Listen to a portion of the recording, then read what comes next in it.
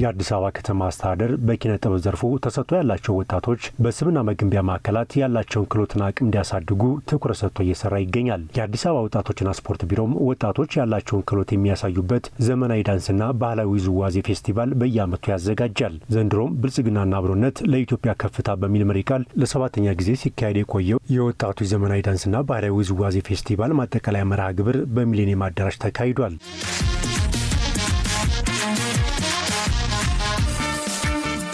የከተማ ወጣቶች ያላቸውን አቅም ማጎልበት የሚያስችሉ በርካታ ተግባራት እየተከናወኑ እንደሚገኝ በብልጽግና ፓርቲ የአዲስ አበባ ቅርንጫፍ ጽሕፈት ቤት ኃላፊ አቶ ሞገስ ባልቻ ተናግረዋል። ወጣቶች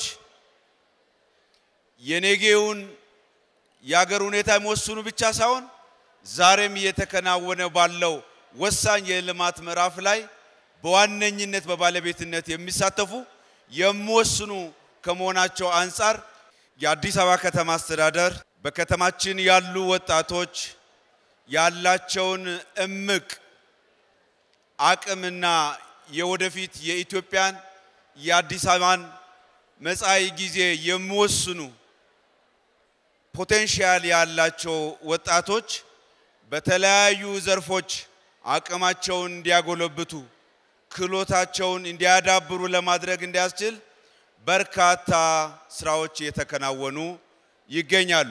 ለመጪው ትውልድ አማርች ከተማን ለማውረስ ከተማ አስተዳደሩ ትኩረት ሰጥቶ እየሰራ እንደሚገኝ አቶ ሞገስ ባልቻ ገልጸዋል። የከተማ ወጣቶች ነጋቸው መወሰን የሚያስችላቸው ስራዎች እየተሰሩ እንደሚገኝ የገለጹት ኃላፊው የስብና መገንቢያ ማዕከላት ለዚህ ማሳያ ናቸው ብለዋል። ማዕከላቱ ወጣቶች ያላቸውን ተሰጥኦ እንዲያሳዩ እድል እየፈጠሩ ስለመሆናቸውም በማንሳት በዚህ የከተማ ማልማት ስራ ውስጥ ከ1300 በላይ የሚሆኑ የስፖርት ማዘውተሪያዎች ተገንብተው ወጣቶቻችን በእነዚህ የስፖርት ማዕከሎቻችን ራሳቸውን የሚያበቁበት በስፖርት ብቁ የሚያደርጉበት ስራዎች እየተከናወነ ይገኛል። በከተማችን በሚገኙ ወረዳዎች የወጣቶች ስብዕና መገንቢያ ማዕከል ተቋቁሞ ወጣቶች በየትኛው በልኩ ነው ስብዕናቸው መገንባት አለ ክህሎታቸው ማጉላት መቻል አለባቸው የሚል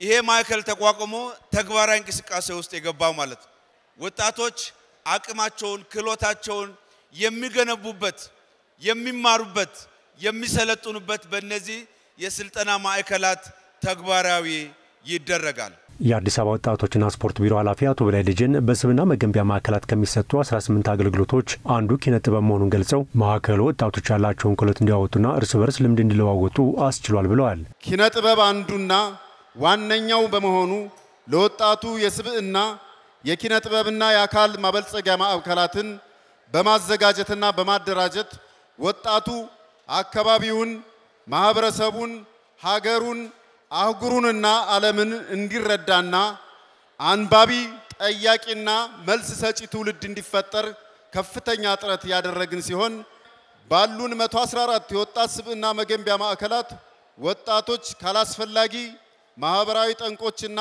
አሉታዊ መጤ ባህሎች እንዲሁም ካልባሌ ሱሶች ርቀው ያገራቸውን ባህልና እሴት ወግ እንዲያውቁ ያላቸውን ተሰጥኦ ክህሎት እንዲያዳብሩና ከአቻዎቻቸው ጋር በመመካከር ልምድና ተሞክሮ እንዲለዋወጡ ሰፊ ድል ያመቻቹ ናቸው። የወጣቶች ኪነ ጥበብ ውድድሮች ወጣቶች የሀገራቸውን ታሪክ ባህልና ወግ ለማስተዋወቅ እንደሚያስችላቸው የገለጹት አቶ በላይ ልጅን ፌስቲቫሉ አንድነትና ህብረ ብሔራዊነትን በማስተሳሰር ወጣቶች ለከተማው እድገት የበኩላቸውን ሚና እንዲወጡም ያስችላል ብለዋል።